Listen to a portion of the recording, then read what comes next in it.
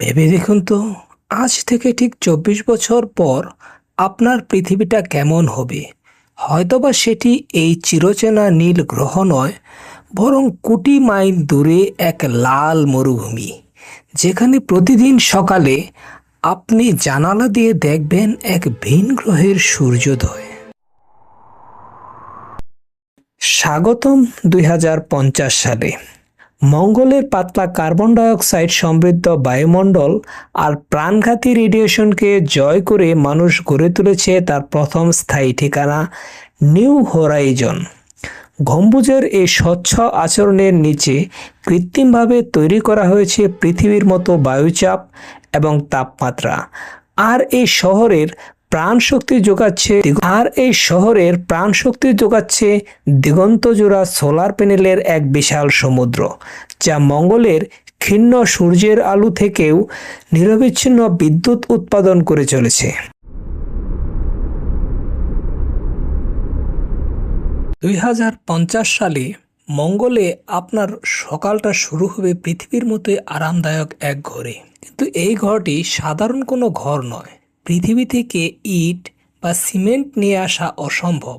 তাই এই আস্ত শহরটি তৈরি হয়েছে মঙ্গলের নিজের মাটি। 3D প্রিন্টিং প্রযুক্তির মাধ্যমে স্তরে স্তরে গড়ে তোলা এই দেয়ালগুলি কয়েক ফুট পুরু। এর কারণ, মঙ্গল গ্রহের কোনো শক্তিশালী বায়ুমণ্ডল বা ওজোন স্তর নেই, ফলে সূর্যের মহাজাগতিক রেডিয়েশন এখানে অত্যন্ত প্রাণঘাতী। কিন্তু এই 3D প্রিন্টেড দেয়ালগুলো আপনাকে সেই তেজস্ক্রিয়তা থেকে পুরোপুরি রক্ষা দেয়। জানালার বাইরে তাকালে হয়তো আপনি এক রুক্ষ মরুভূমি দেখবেন, কিন্তু ঘরের ভেতরের জীবন সম্পূর্ণ আধুনিক। স্মার্ট উইন্ডো সেন্সরগুলো প্রতিটি মুহূর্তে বাতাসের চাপ, রেডিয়েশন মনিটর করছে। এমনকি ঘরের প্রতিটি কোণায় কাজ করছে রোবোটিক অ্যাসিস্ট্যান্ট। এখানে সম্পদ সীমিত, তাই প্রতিটি ফোঁটা পানি, প্রতিটি ক্যালোরি শক্তিকে এমনভাবে রিসাইকেল করা হয়। মঙ্গলের প্রতিকূলতাকে জয় করে এভাবেই আমরা আমাদের দ্বিতীয় ঘর সাজিয়ে নিয়েছি। মঙ্গলে বেঁচে থাকার সবচেয়ে বড় চ্যালেঞ্জ হলো খাবার। কিন্তু ২০৫০ সালে আমরা এই লাল মরুভূমিটিকেও শস্য শ্যামল করে তুলেছি। সবচেয়ে অবাক করা বিষয় হলো, এই কৃষিকাজের জন্য পৃথিবী থেকে এক ফোঁটা পানিও আনতে হয় না। মঙ্গলের মাটি নিচে কয়েক বিলিয়ন বছর ধরে জমা থাকা বরফ গলিয়ে তৈরি হচ্ছে বিশুদ্ধ পানি। এখানে চাষাবাদ হয় ল্যাবের নিয়ন্ত্রিত পরিবেশে।